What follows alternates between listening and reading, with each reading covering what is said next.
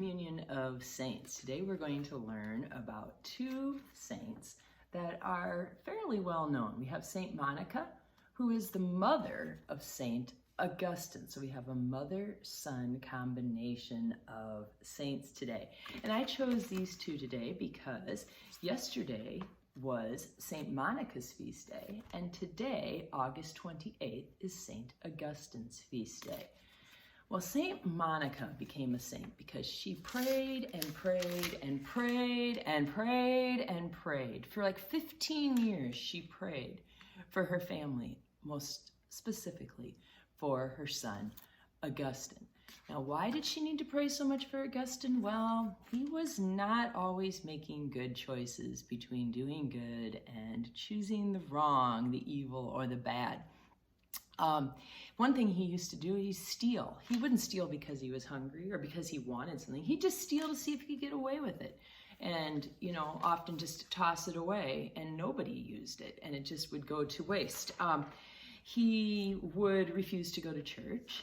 He, as he got older, abused and used women in immoral ways, and there was just a lot to pray for because he was extremely intelligent, but he always chose his will over God's will. So Monica not only prayed, she would also fast. She would ask priests and clergy to pray for her, and some were like, it's hopeless, this kid has no possible way he's going to get to heaven. But there was another priest that said to her, it's not possible that someone who has so many prayers said for him cannot make it to heaven. And that just kind of gives us hope that maybe you know somebody who needs lots and lots of prayers because they're not always making good choices, but maybe you can pray them to heaven. Pray and pray and pray. And St. Monica prayed for 15 years for St. Augustine to decide to go back to church and to follow God's teachings.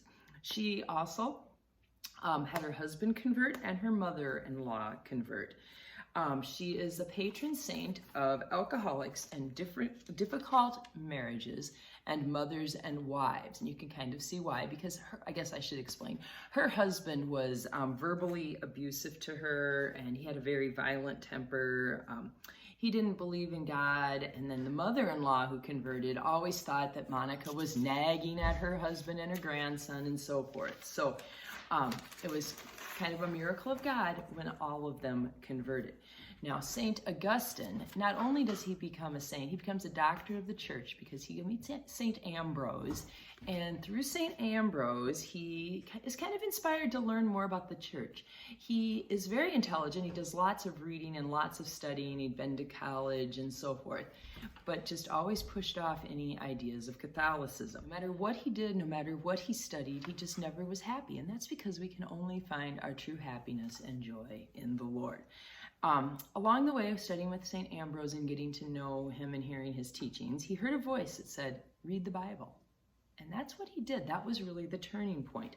And a famous quote of St. Augustine's is, our hearts are restless until they rest in God. And he really found his peace once he converted to the faith and learned to trust in God rather than his own ways. Now, he's a doctor of the church because if you remember, like St. Therese of Lisieux, to be a doctor, you usually have to do some deep theological writing. And he wrote 500 sermons on different theological topics and over 200 books. And some of those, like his book Confessions and City of God, are still popular things for people to read today. Lastly, he becomes a priest himself, and then eventually he becomes the Bishop of Hippo. And St. Augustine is known as the patron of theologians, people who study the faith. So that's fitting too. Both these saints lived in the years 300, which is very soon after Christ walked the earth. So St. Augustine and St. Monica, pray for us.